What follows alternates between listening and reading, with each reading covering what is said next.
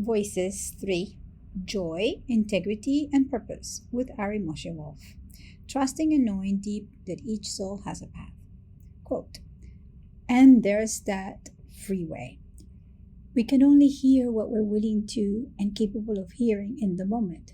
But if I can see someone and their struggles in life without a conflict in mind, if I can see with forgiveness and I can hold them in their power and actually deeply honor and respect the gift and the beauty of the healing process that they're in, I'm going to receive the benefits of that because I'm elevating my mind by way of seeing them in that clear place.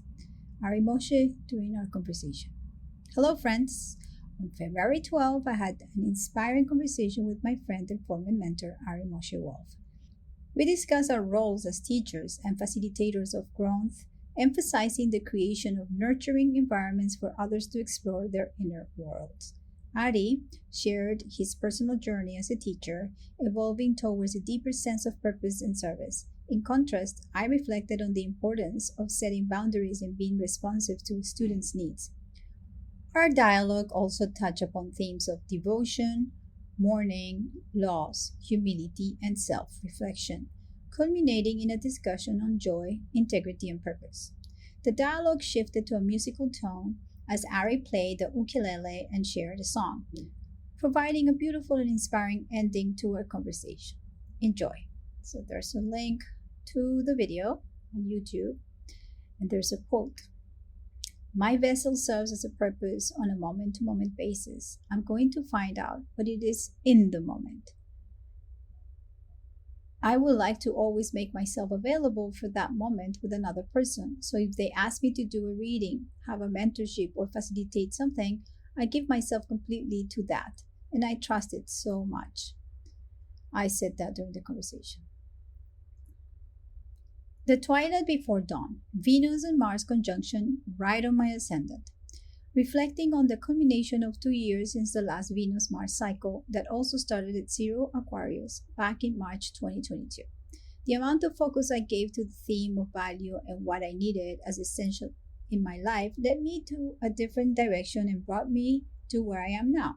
Since then, I have been writing about my journey, asking myself what I value the most. I was initially unsure about what values and needs were essential to me, but I am grateful for the time and effort I took to explore them. I can now say that I am much clearer about them at this culmination. Bitcoin, as a state of mind, became a catalyst for this journey because it encouraged my curiosity to explore topics I had never considered. Discover a plethora of opportunities to evolve as a human and become more at ease in social interactions.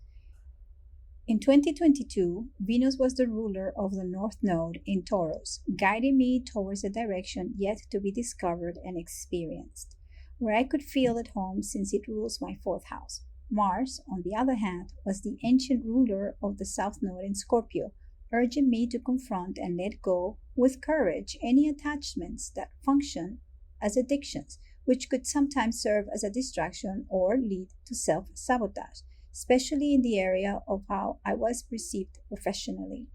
This time around, the roles are inverted, with Venus as the ruler of what is familiar in relationships, Libra, South Node, finally accepted. Since I now have leverage and I know my needs, I can easily establish boundaries and expand into areas that offer different perspectives. Meanwhile, Mars points to the starting in unknown territory as a sovereign being, expressing my ideas with ease. Both cycles have started and ended in Aquarius, clearly underlying the importance of breaking free from a traumatic past. This reflects the recognition that we're living in a distressed, quasi-dormant, indoctrinated society that is ready to awaken and lead to creative places. Since this conjunction is on my ascendant, there is a strong urge to break free and engage in novel experiences where I can resonate individually as part of a larger community where my values will be of the essence. The future is not just rose-colored.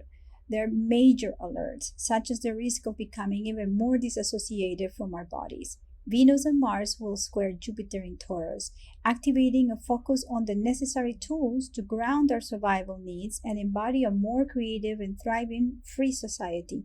This aspect will be highlighted in April 2024 when Jupiter meets Uranus. Everyone's relationship with their resources is different, but acknowledging them can make a difference.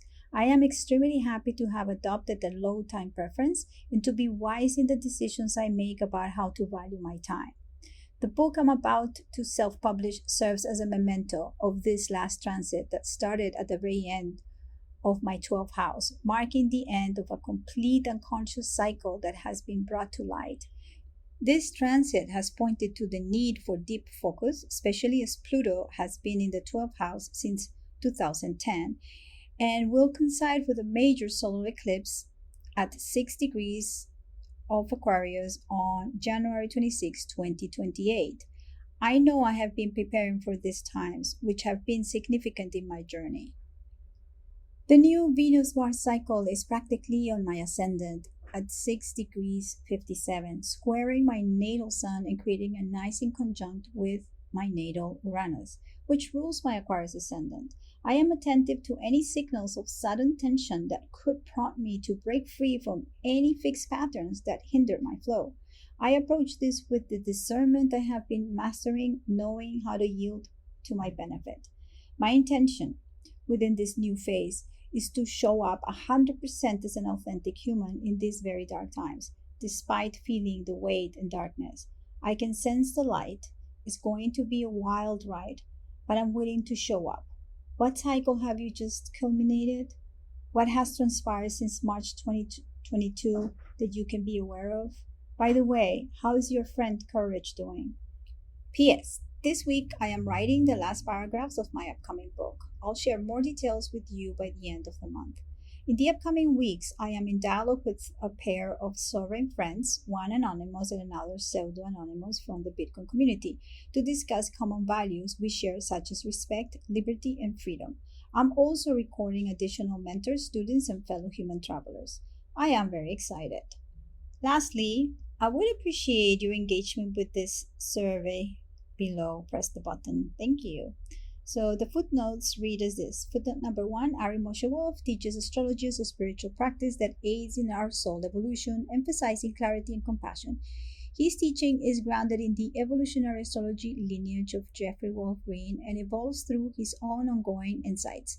Additionally, Ari is a student of A Course in Miracles and incorporates music into his teachings. Number 2, I use bits from his album Freedom is My Holy Name. His music can be found in this link at Bandcamp. Number 3, this says they meet again on February 22 at 6 degrees 57. Number 4, this spot has been activated numerous times in the last years. Jupiter, Saturn on December 20.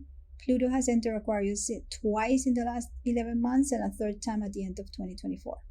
Number 5, low time preference refers to the tendency to prioritize long-term rewards over immediate gratification. And last, North Node, Sun, Pluto, Moon, and Mars, and Mercury in Aquarius, Sun and Pluto at 6 degrees. Venus will be on my Chiron and Saturn on my Mars. I think I'm speaking about the eclipse in 2028. Anyway, everybody, thank you so much for your time, and I hope that you're enjoying the series of long form dialogues that I'm doing. And yeah, I'll talk to you soon. Bye bye. Enjoy.